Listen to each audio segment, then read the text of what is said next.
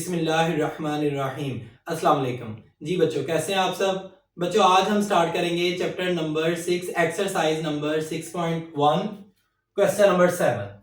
If the central angle of a sector is 60, अगर central angle theta जो है वो हमें दिया गया है 60 and the radius of the circle is 12 centimetre, और सर्कल का जो रेडियस है वो 12 सेंटीमीटर है। Find the area of the sector, आप लोगों ने सेक्टर जो है वो उसका एरिया मालूम करना है। And percentage of the total area of the circle it represents, total area जो है वो सर्कल का उसकी परसेंटेज जो है वो आपने मालूम करनी है। तो सबसे पहले हम देखते हैं कि सेक्टर जो है वो किसे कहते हैं। तो ये एक सर्कल है, तो बच्चों ये जो हिस्सा होगा, ये सारा हिस्सा, इसे हम कहेंगे सेक्टर। ये जो है ये सर्कल है और ये इतने हिस्से को हम सेक्टर कहेंगे। सॉल्यूशन स्टार्ट करने से पहले बच्चों, अगर आप मेरे चैनल पर नए आए हैं तो प्लीज मेरे चैनल को लाइक करें, सब्सक्राइब करें और बेल आइकन का बटन दबा दें ताकि मेरी हर नई आने वाली वीडियो आप तक बर वक्त पहुंच सके। तो चलते हैं बच्चों सॉल्यूशन की तरफ।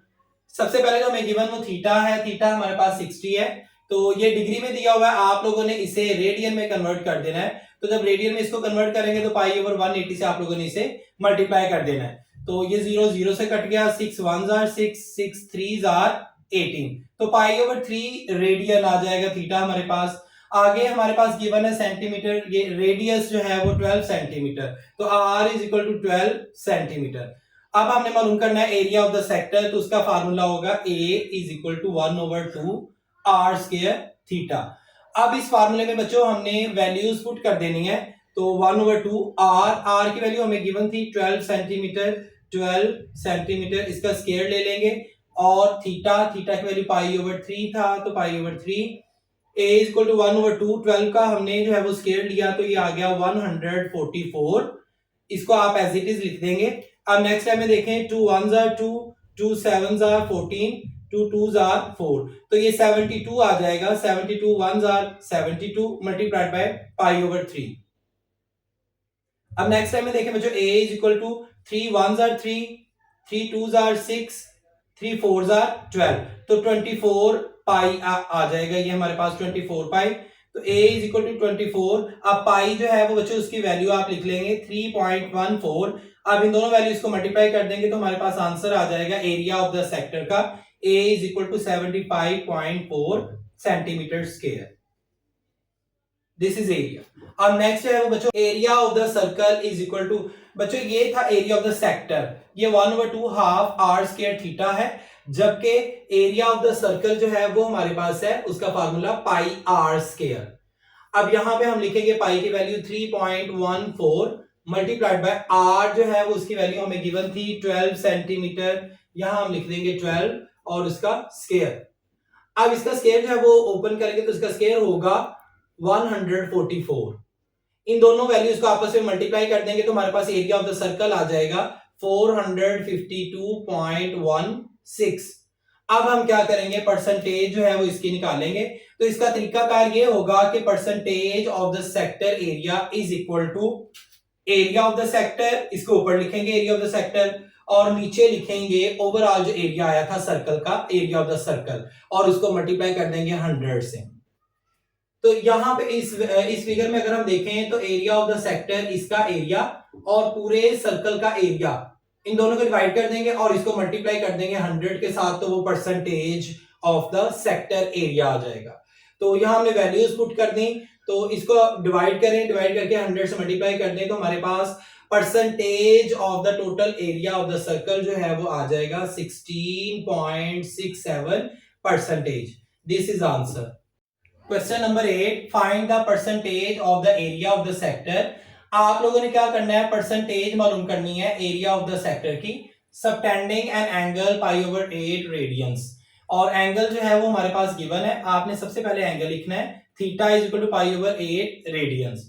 आगे जो है वो हमने मालूम करना है परसेंटेज ऑफ द एरिया। तो बच्चों परसेंटेज ऑफ द एरिया मालूम करने से पहले हमें एरिया ऑफ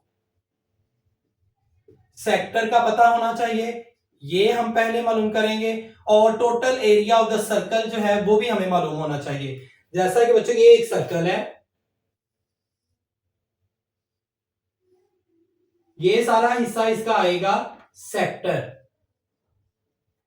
और ये टोटल एरिया। पहले ये सेक्टर का एरिया भी मालूम करना है आप लोगों ने, और टोटल सर्कल का एरिया भी मालूम करना है। उसके बाद हम परसेंटेज जो है वो एरिया की बासानी मालूम कर सकते हैं। तो इसको भी मालूम करना है, और सेकंड नंबर पे एरिया ऑफ सर्कल, ये भी हमने मालूम करना है।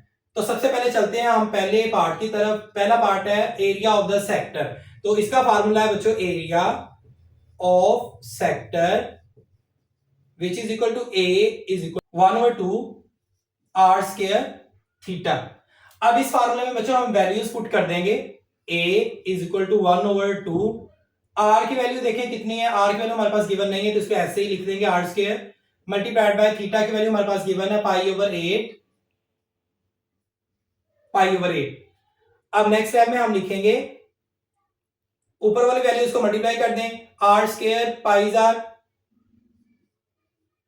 आर स्क्वायर ओवर नीचे वाली वैल्यूज को आपस में मल्टीप्लाई कर दें, 2 8 16।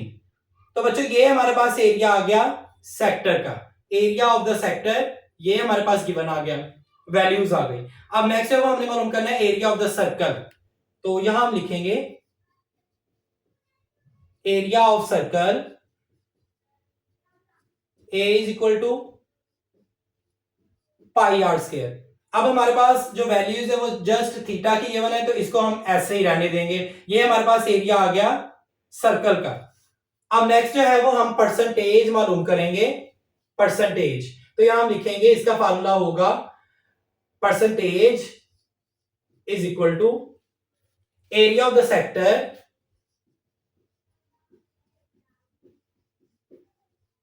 Over divided by total area of the circle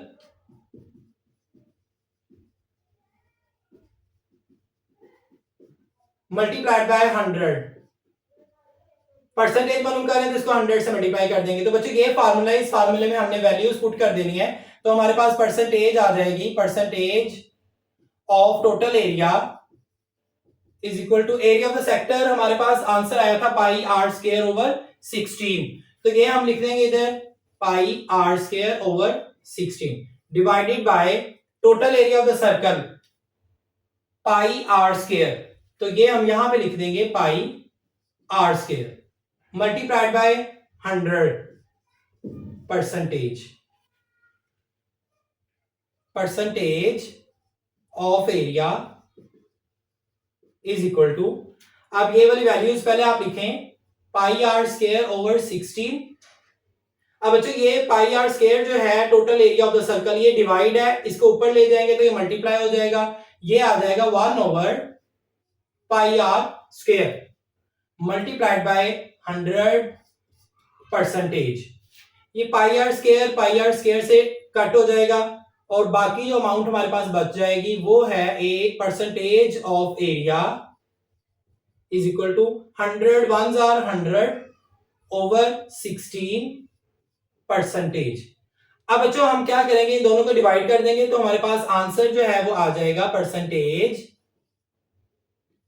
of area is equal to 6.25 percentage. तो ये हमारे पास जो वैल्यू थी जो कि हमने मालूम करनी थी परसेंटेज ऑफ द एरिया, तो वो हमारे पास वैल्यू आ गई 6.25 percentage. This is answer.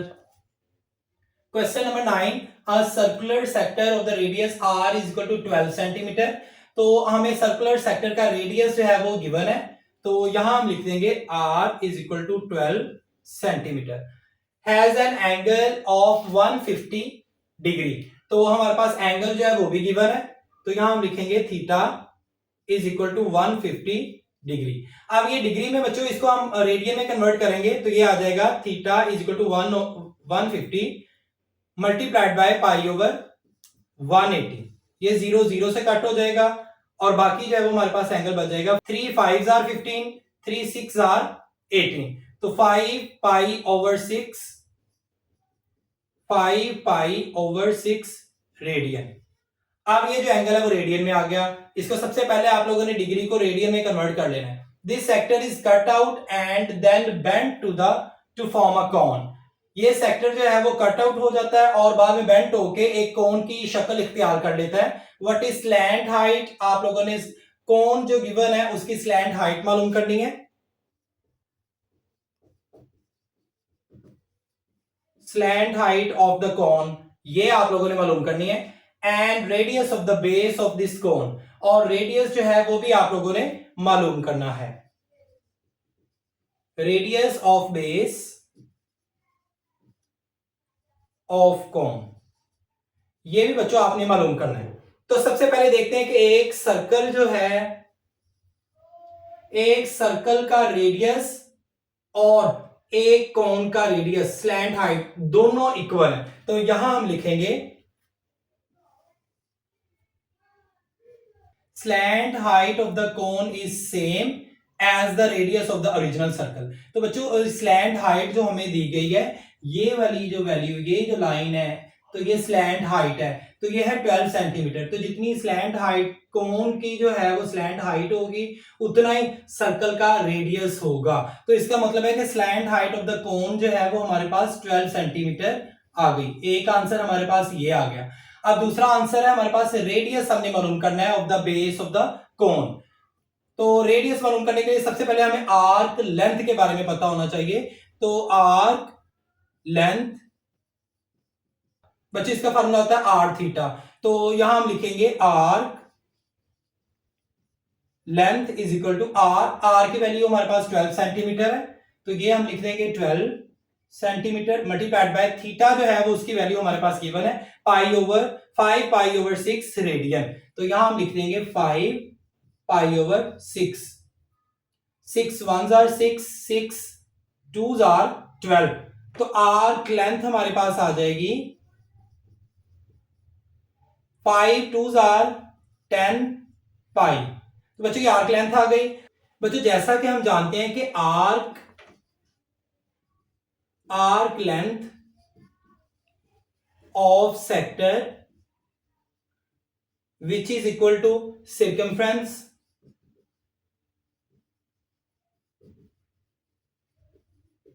Of cone और सर्कल। तो arc length of the sector, तो आर्क लेंथ हमारे पास 10 पाई है, ये इधर लिख देंगे 10 पाई। अब बच्चों आगे सर्कमफ्रेंस ऑफ द कोन, ये हमारे पास गिवन नहीं है, लेकिन सर्कमफ्रेंस ऑफ द कोन जो है इसका फार्मूला होता है 2 pi r. Circumference of the cone 2 pi r, ये आप लोगों ने याद कर लेना है। तो अब ये है 10 pi is equal to R. 2 pi इधर मल्टीप्लाई है, इधर आके डिवाइड हो जाएगा 2 पाई, ये पाई से पाई कट जाएगा, 2 1s are 2, 2 5s are 10। तो बच्चों आर जो रेडियस है वो आ गया 5 centimetre. This is the radius of the base of the cone, this is the radius of the base of the कोन। अब बच्चों हमने दो चीजें इस क्वेश्चन में फाइंड आउट करनी थी, स्लैंट हाइट और radius of the base of the cone. तो स्लैंट हाइट हमारे पास जब आंसर आ गया था 12 सेंटीमीटर, तो एक आंसर हमारे पास ये होगा और सेकंड है रेडियस ऑफ द कोन। तो radius of the cone r is equal to 5 centimetre, दूसरा आंसर हमारे पास ये होगा। मिलते हैं नेक्स्ट वीडियो में, तब तक के लिए अल्लाह हाफिज।